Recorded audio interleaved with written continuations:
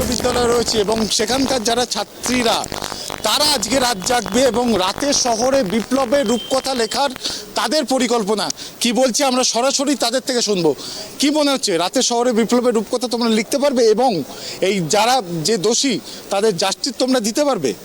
হ্যাঁ, মানে আমরা তো সবসময় এই মেন্টালিটি নিয়ে চলি যে আমরা যখন কোনো মুভমেন্টে নামি বা আমরা যখন কোনো রাস্তায় আন্দোলন করতে নামি তার মানে এটার আমরা কোনো একটা ফল পাবো।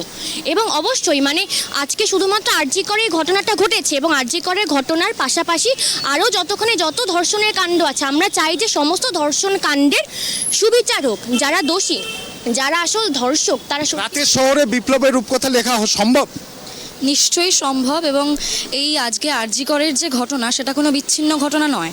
এর আগেও কামদুনি, সন্দেশখালী, এমনকি নির্ভয়া যেটা গোটা দেশ সাক্ষী আছে, এর আগেও হয়েছে। কিন্তু আমাদের যে মূল আজকে দাবি, অবশ্যই যারা ধর্ষক তাদের শাস্তি চাই, তাদের এবং তিলোত্তমার বিচার চাই, সেটা যেমন দাবি, তার সঙ্গে সঙ্গে এই যে একটা পুরুষতান্ত্রিক প্রবণতা যে মেয়েদেরকে আটকে রাখা, রাত হলে মানে একটা টাইম বেঁধে দেওয়া, তার আগে তুমি বাড়ি ফিরতে পারবে না, এটার বিরুদ্ধে আজকে আমাদের বিক্ষোভ। মুখ্যমন্ত্রী নিজে বারবার এই নিয়ে প্রতিক্রিয়া করেছেন, বারবার বলেছেন ফাস্ট ট্র্যাক কোর্টে ফাঁসি হয়, তারপরেও কেন আন্দোলন? তারপরেও আন্দোলন কারণ আমরা এই সব প্রক্রিয়া দেখার পরেও আমরা দেখি যে বারবার এই জিনিসগুলো হয়েছে। সরকার যতই বলুক না কেন তারা এই করছে বা সেই করছে, আসলে এই আইনগুলো কত ভালোভাবে ইমপ্লিমেন্ট হচ্ছে সেটা একটা প্রশ্নের বিষয়। আজকে আমাদের রাস্তায় নেমেই আন্দোলন করা, আমাদের আওয়াজ তোলা, সেই সমস্ত ধর্ষণকারীদেরকে, মোলেস্টার্সদেরকে, অ্যাসল্টার্সদেরকে, র্যাগার্সদেরকে শুনিয়ে বলা যে আমরা একা নই এবং আমাদের সাথে যেই অত্যাচারটি হচ্ছে তার প্রতি ন্যায় বিচার চাওয়া। আমার মনে হয় যে আমাদের শুধুমাত্র তাদেরকে নয়, অবশ্যই সরকারকে শুনিয়ে বলা যে হ্যাঁ, এবার ফিরে দেখার সময়। রাতে শহরে বিপ্লবের রূপকথা তোমরা লিখতে পারবে মনে হয়? অবশ্যই পারবো। এবং আজকে আমাদের রূপকথা লেখার প্রথম রাত। এই লড়াই আমরা দীর্ঘদিন ধরে পিতৃতন্ত্রের বিরুদ্ধে, ধর্ষকামী মানসিকতার বিরুদ্ধে চালিয়ে আসছি এবং আরও দীর্ঘদিন এই লড়াই চলবেই। কারণ এই লড়াইটা একদিনে মিটে যাওয়ার লড়াই নয়, এই লড়াই আমরা চালাবো। আজকে তার প্রথম রাত, এই রাত যাতে দ্রুত মেটে এবং নতুন ভোর আসে সেটাই আমাদের প্রচেষ্টা এবং সেই জন্যই আমরা পথে থাকবো। মুখ্যমন্ত্রী নিজে প্রতিক্রিয়া জানিয়েছেন। মুখ্যমন্ত্রী এটাও বলেছেন বানতলার মতো ঘটনা ঘটেছে, তখন হয়তো তুমি আমরা অনেকেই অনেক ছোট ছিলাম, তারপরে তখন তো সেই ধরনের ভাবে কিছু হয়নি। এখন হঠাৎ প্রতিবাদ কেন? যাদবপুর ইউনিভার্সিটি বাম বলে? অবশ্যই নয়, শুধু বাম বলে বা ডান বলে কাউকে দাগিয়ে দিয়ে সেই শুধুমাত্র প্রতিবাদ করে বাকিরা কেউ প্রতিবাদে অধিকারিণী নয়, এটা একদমই নয় ঘটনাটা। তৃণমূল সরকার আসার পর থেকে আমরা দেখতে পাচ্ছি যে একটার পর একটা ধর্ষণের ঘটনা রাজ্য জুড়ে ঘটে চলেছে এবং মুখ্যমন্ত্রী প্রত্যেকটাতেই ছোট্ট ঘটনা, সাজানো ঘটনা এইসব রিঅ্যাক্ট করেছেন। এবারে রিঅ্যাক্ট করেছেন, কিন্তু সেই রিঅ্যাক্টও আমরা ধর্ষণের প্রমাণ থেকে বা রিপোর্ট থেকে বুঝতে পারছি যে এটা কোনোভাবেই একজনের ঘটনা নয়, সেখানে একাধিকজন জড়িত, এটা স্পষ্টতই বোঝা যাচ্ছে। সেখানে একজনকে তার সামনে একটা শিখণ্ডি খাড়া করে মুখ্যমন্ত্রী কাকে বাঁচাতে চাইছেন, এটাই আমাদের প্রশ্ন। পারবে রাতের শহরে বিপ্লবের রূপকথা লেখা সম্ভব? অবশ্যই আমরা পারবো। আমরা এই কেসটা হয়েছে এরকমভাবে, আমাদের ঠিক 1 বছর আগে স্বপ্নও ঠিক এরকমভাবেই ইনস্টিটিউশনে অথরিটির ইয়েতে উনি মানে স্বপ্নও মারা যায় এবং সেম টাইমেও আমরা দেখেছি যে 9 আগস্ট আবার এইবারেও সেম জিনিসটা আবার ঘটেছে। তো আমি জানতে চাই যে আমাদের ছাত্রছাত্রীদের, বিশেষ করে আমাদের মেয়েদের, ছেলেদের, সবার কোথায় মানে নিরাপত্তা কোথায় আমাদের, আমি এটা জানতে চাই। এবং যেটা বললেন যে মমতা রিয়্যাক্ট করেছেন মমতাদি, আমি জানতে চাই যে মমতাদি তাহলে কাটোয়ার ঘটনায় বা অন্য ঘটনায় অনেক রকম রিয়্যাক্ট করেছেন। উনি বলেছেন এটা ছোট ঘটনা, এটা তো হতেই থাকে, বাচ্চা ছেলেরাকে দুষ্টুমি করবে না, এটাও উনি বলেছেন। তাহলে আমাদের এটাও বিচার চাই যে এটা উনি জাস্টিফাই করুন যে এটা উনি কেন বলেছেন।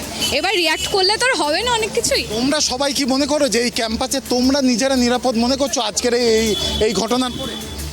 একদম আমরা কোথাওই নিরাপদ কেন? আমরা বিভিন্ন শহরের বুকে বা এই রাজ্যের আমরা কোথাও সেফ নই, কারণ আমরা দেখেছি যে যারা র্যাগার তারা এখনো ঘুরে বেড়াচ্ছে, যারা ধর্ষণের সাথে যুক্ত তারা ওপেনলি ঘুরে বেড়াচ্ছে এবং তাদেরকে হাইড করা হচ্ছে। এই রাজ্যের যারা শাসক গোষ্ঠী, একজন তো গ্রেপ্তার হয়েছে, তো একজন তো গ্রেপ্তার হয়েছে। সেরকম প্রতিটা কাণ্ডে আমরা দেখেছি শুধুমাত্র একজন বা দুজনকে গ্রেফতার করে পুরো যে মুভমেন্টটা সেটার মোড়টা ঘুরিয়ে দেওয়ার জন্য, সেই যে পুরো যে একটা যে রুট ম্যাপ, সেই রুট ম্যাপটা ঘুরিয়ে দেওয়ার জন্য যে হ্যাঁ আমরা তো একজনকে গ্রেফতার করেছি বা আমরা তো দুজনকে গ্রেফতার করেছি, সেই গ্রেফতারটা করে শুধুমাত্র যারা মূল অভিযুক্ত এবং যারা ডিরেক্টলি বা ইনডিরেক্টলি সেই শাসক সংগঠনের সাথে যুক্ত, শুধুমাত্র তাদেরকে সেভ করার জন্য। এটাও আমরা দেখেছি, এর প্রমাণও আমাদের কাছে আছে বহুবার। তার জন্য আমরা কোথাও সেফ নই এখানে। মানে লড়াই চলবে তোমাদের? অবশ্যই অবশ্যই আমাদের লড়াই চলবে। আর এই ঘটনাটা তো প্রথম যে ঘটছে এমন তো নয়, এর আগেও এরকম অনেকবার এই ঘটনাগুলো ঘটেছে, তাদেরকে গ্রেফতার করা হয়েছে, কিন্তু তার পরবর্তীতেও এরকম ঘটনাগুলো ঘটে যাচ্ছে। তাহলে আমরা কি করে নিজেদেরকে নিরাপদ বলে দাবি করতে পারি? বাংলার মুখ্যমন্ত্রী উনি নিজেও একজন মহিলা, এবং তার উপস্থিতিতে বাংলা একজন মুখ্যমন্ত্রী মহিলা থাকার পরেও আমরা মহিলারা সেভাবে নিজেদেরকে সেফ ফিল করতে পারছি না। এরকম ঘটনাগুলো প্রতিনিয়ত ঘটে যাচ্ছে। তাহলে বিভিন্ন কমেন্টস যেগুলো, অবশ্যই। ওর সাথে তো লাভ অ্যাফেয়ার ছিল, একদম, ও তো প্রেগনেন্ট একদম। ছিল, ওর সাথে এই হয়তো কোনো ধরনের- ছেলের একটা এই রিলেশন ধরনের তার জন্য কম্পেনসেশন এরকম দিয়ে হয়েছে। দেওয়ার যে বা বিষয়টা, যে একদম, exactly। কম্পেনসেশন দিয়ে দেবো হয়ে গেছে, কম্পেনসেশন দিয়ে কোনো কিছুই কোনো এই ধরনের ক্ষতিকে কখনো ক্ষতিপূরণ দিয়ে আটকানো যায় না আসলে। তাই বলে উনি প্রত্যেকটা ঘটনার পরে আমি দেখতে পাচ্ছি যে ওনারা কোনো না কোনোভাবে ভিকটিম ব্লেমিং করেই যাচ্ছেন এবং ধর্ষণের রেট বেঁধে দিচ্ছেন। এটার মধ্যে দিয়ে ওনার যে পিতৃতান্ত্রিক এবং ধর্ষকামী মানসিকতা ওনার শাসক দলের, সেটাই প্রকাশ পাচ্ছে। তো তার বিরুদ্ধে আমাদের অবশ্যই পথে নামতে হবে, লড়াইয়ের ময়দানে থাকতে হবেই। অর্থাৎ এই লড়াই তোমাদেরও বাঁচার লড়াই। অবশ্যই সব লড়াই আমাদের অবশ্যই চাই আমাদের। প্রত্যেকটা মেয়ের লড়াই। আমরা কথা বললাম যাদবপুর বিশ্ববিদ্যালয়ে যারা ছাত্রীরা রয়েছেন তাদের সাথে, ফলে খুব স্বাভাবিকভাবেই যে নিজেদের ক্ষেত্রে এ লড়াই তাদের বাঁচার লড়াই, সেই জায়গা থেকেই তারা কিন্তু আজকের রাত জাগতে চাইছে, এমনটাই কিন্তু তাদের তরফ থেকে তারা জানালেন। কারণ আরেকটা বিষয় তোমার কাছ থেকে জানতে চাইবো, আজকে যেই কর্মসূচি রয়েছে রাত ঘেরাও কর্মসূচি, সেই কর্মসূচি কখন শুরু হবে এবং সেই কর্মসূচিতে কি কি রয়েছে বা এই মিছিল কতদূর অবধি যাবে, কি জানা যাচ্ছে?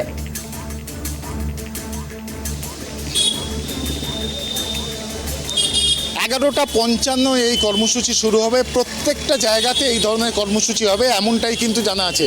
মূল যে জায়গাগুলো করা হয়েছে যাদবপুর 8B বা যাদবপুর বিশ্ববিদ্যালয়ের কাছাকাছি জায়গা, একাডেমি অফ ফাইন আর্টস এবং আরজি কর, এর বাইরে প্রত্যেক মহিলা তারা আজকে রাত জাগতে পারেন এবং এই বিষয়ে অর্থাৎ এই যে ঘটনা, নারকীয় ঘটনা ঘটেছে তার প্রতিবাদে 11:55 সময় থেকে কিন্তু এই কর্মসূচি শুরু হবে এবং সারা রাত ভোর যারা রয়েছেন আমি তাদের সাথে কথা বলবো। কি কর্মসূচি রয়েছে? 11:55 থেকে তো বোধহয় শুরু হওয়ার কথা রয়েছে। আমরা মূলত এসএফআই, ডিওয়াইএফআই এবং আইটুয়া এই তিনটে সংগঠনের নেতৃত্বে আমরা যাব আরজি করে। আমাদের মূল ফোকাস জমায়েতটা থাকবে আরজি করে এবং সেই আরজি কর থেকে আমরা আমাদের কর্মসূচিটা তো সাধারণভাবে একটা পুরো সমাজের মহিলাদের বলা হয়েছে, ফলে সেখান দাঁড়িয়ে এসএফআই, ডিওএফআই এগুলো তো খুব ছোট বিষয়। ফলে সাধারণভাবে কি রয়েছে, কটা থেকে শুরু হবে, কোথায় কোথায় মূল জায়গাগুলো করা হবে? মূলত শহরের বিভিন্ন যে পিক পয়েন্টগুলো আছে বিভিন্ন জায়গায়, পশ্চিমবঙ্গের বিভিন্ন জায়গায়, রাজ্যের বিভিন্ন জায়গায়, সেই যে মেন শহরের মূল কেন্দ্রগুলোকে, সেইগুলোকে মূলত টার্গেট করে মানে রাত দখল করো, মেয়েরা রাত দখল করবে, মেয়েরা সেই রাস্তায় হচ্ছে স্বাধীনভাবে ঘুরে বেড়াবে, মেয়েরা নিজেদের স্বাধীন মতোভাবে চলাফেরা করবে। কারণ আমরা তো খুব গর্ব করে বলি যে হচ্ছে স্বাধীনতার মহোৎসব, কালী স্বাধীনতা, কিন্তু আদৌ থেকে আমরা সত্যি স্বাধীন বা না হলেও ঠিক কতটা স্বাধীন? অথবা এছাড়া এই স্বাধীনতার এই 77 বছর পরেও হচ্ছে মেয়েরা এখনো পর্যন্ত সেফ নয়। তার জন্য আমরা চাই যে এই ঠিক স্বাধীনতার সময়, ঠিক রাত 12টার সময় মেয়েরা রাস্তা দখল করুক, মেয়েরা নিজেদের দাবি দাবা, মেয়েরা নিজেদের হক, মেয়েরা নিজেদের অধিকারের কথা বলুক এবং মেয়েরা যাতে রাস্তায় সেফলি স্বতঃস্ফূর্তভাবে চলাফেরা করতে পারে। এটা যে কোনো রাজ্যের, জেলার যে কোনো জায়গায় আমার বোন, তোমার মা প্রত্যেকেই কর্মসূচিতে অংশগ্রহণ করতে পারে তার বাড়ির সামনে। অবশ্যই, হ্যাঁ অবশ্যই তাই। আমরা প্রত্যেক মহিলা মেয়েদেরকে আহ্বান জানাচ্ছি এবং তাদেরকে বলছি যে আপনারা আসুন, রাস্তায় নামুন এবং আমাদের সেফটি কোথায় আছে তার বিচার অবশ্যই আমরা চাইছি মুখ্যমন্ত্রীর কাছ থেকে। এবং কাল 15ই আগস্ট স্বাধীনতা দিবস, আমাদের মেয়েদের সাথে এতদিন এত রকম ঘটনাগুলো ঘটে গেছে। আজকের রাত প্রত্যেকটি মেয়েদের কাছে আমরা আহ্বান জানাচ্ছি, তারা আসুন, রাস্তায় নামুন এবং তারা বিভিন্নভাবে অংশগ্রহণ করুন বিভিন্ন কাজে। এটাই দাদা বা বাবা, তারা ভাই, তারা অংশগ্রহণ করতে পারে। অবশ্যই তাই। পারেন তারা, এমন নয় যে আমরা কোনো লিঙ্গকে এক্সক্লুড করছি, নিশ্চয়ই তারা চাইলে আসতেই পারেন, কিন্তু এই যে কর্মসূচি নেওয়া হয়েছে তার নেতৃত্ব দেবে মেয়েরাই। তার কারণ এটা মেয়েদের বাঁচার লড়াই, মেয়েদের অধিকারের লড়াই এবং মেয়েদের রাত্রিবেলা একা রাস্তায় হাঁটার, তাদের যা ইচ্ছে সেটা করার লড়াই। তো সেখানে মেয়েরাই ফোরফ্রন্টে থাকবে। সেখানে অবশ্যই যদি যে কেন ছেলেরা আসতে পারবে না কিনা, নিশ্চয়ই যদি আপনারা আসতে চান, যদি আপনারা আমাদের সলিডারিটি দেখাতে চান, আপনারা আসুন, কিন্তু মেয়েরা নেতৃত্ব দেবে। সুতরাং জানলে যে অবশ্যই বিভিন্ন জায়গায়, বিভিন্ন জেলাতে, বিভিন্ন বাড়ির মহল্লায়, সমস্ত জায়গায় আজকে এই কর্মসূচি কিন্তু হবে। এবং সেই জায়গা থেকে সেখানে যদি পুরুষরা তারাও যদি কর্মসূচি নিতে যায়, কেউ তো কারুর বাবা, কেউ তো কারুর দাদা, কেউ তো কারুর ভাই, কেউ তো কারুর বর, তারাও কিন্তু এই কর্মসূচিতে অংশগ্রহণ করতে পারে। কিন্তু এই আন্দোলনের বা এই যে পরিকল্পনা, তার নেতৃত্ব দেবেন অবশ্যই মহিলারা। প্রয়ণ, আরেকটা বিষয় জানতে চাইবো যে মহিলারা যে জমায়েত করবে, যে মিছিলে হাঁটবে, তো তাদের নিরাপত্তার ব্যবস্থা কতটা জোরদার করা হয়েছে কলকাতার তরফ থেকে?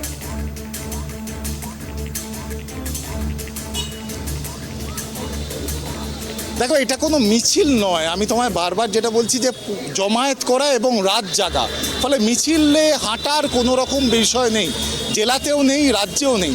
একটা জায়গায় তারা জমায়েত করবেন এবং আজকে সারা রাত তারা জাগবেন।